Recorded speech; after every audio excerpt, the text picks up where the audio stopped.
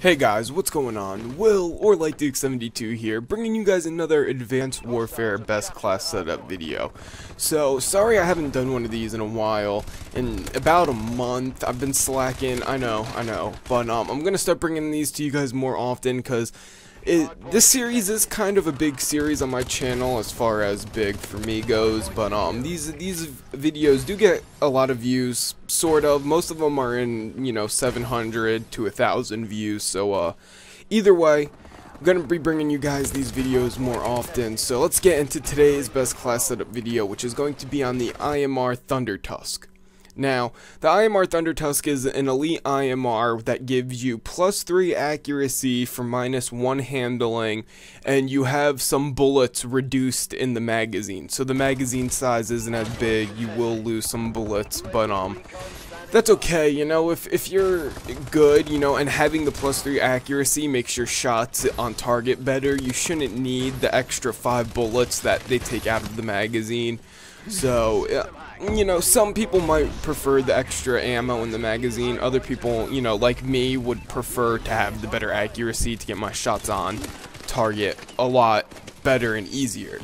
So, the attachments that I'm running on the IMR Thunder Tusk are foregrip and suppressor. Now, foregrip and suppressor is pretty much the attachments I use on basically every gun, or most of my guns, especially when it comes to the assault rifles. I'm definitely using silencers a lot.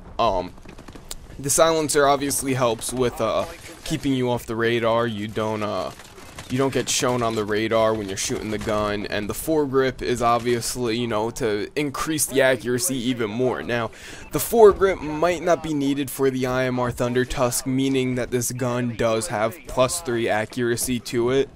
So, you might not need the foregrip, but I like throwing the foregrip on there to help add to the accuracy, to help make it even more accurate, to help me get my shots on target even better than, without the foregrip. So, I like using those attachments. You'll probably see on most of the best class setup videos. For most guns, they're two of the best attachments you could probably use, a foregrip and a suppressor. And especially the IMR, you really don't need a sight for it. The iron sights are pretty good. They don't block a whole lot, but you could see around you. You can aim down sight and still look at your surroundings, kind of. It's good, the IMR, the iron sights are perfect. You really don't need a red dot for it or any other sight on it. I mean, some people might have different preferences. Some people might prefer a red dot. It might be easier for them to aim with the red dot. But for me, I like using the iron sights. I'd much rather have a suppressor to keep me off the radar and a foregrip to keep me more accurate than to have a sight, which could also increase accuracy, but I like the foregrip. I can deal with the iron sights, especially on the IMR. The iron sights are kind of, I don't want to say perfect, but they're pretty good. They're good iron sights, better than what other guns have. So as a secondary, RW1 Xeno, same secondary for most of my things. If I'm running a secondary, I'm running the RW1 Xeno. I don't have an elite version of the RW1. Sorry, scratch that. I have an elite version of the RW1, but it has a scope on it, or an ACOG, and I don't like it. Don't want to use it. I like the iron sights on the RW1, and that's why I use the Xeno. Pretty good gun, use that if you want to. I'm really trying to make a RW1 Xeno best class setup. It's been hard trying to get the footage for that. Either way, eventually it will happen, so, stay tuned for that.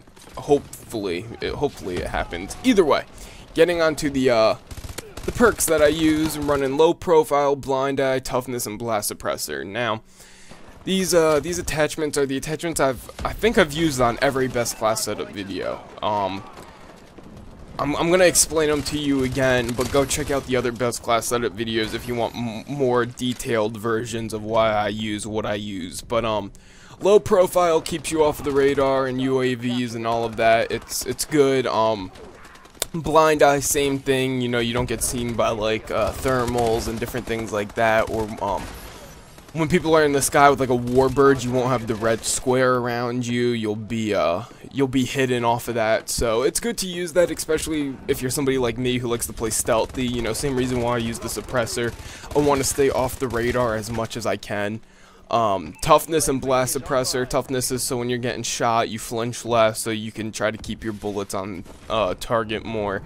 And blast suppressor is so, yet again, I can stay off of the radar when I'm jumping around using my exo abilities and exo suits and using all of that. You know, it doesn't show up as that little red ping on the radar. So you know, that's good. You know, most of my stuff, or most of my best class setups, are basically trying to keep you off of the radar. Class setups that you should be able to hold a good KD in, because, you know, you're off of the radar, you're stealth-like, you're sneaky, stealth-like, stealthy, whatever I meant to say. Either way, the exo ability and exo launcher that I'm using, the exo ability is exo overclock, you know, get that, you know, extra boost from going to objective. And the exo launcher is a Semtex.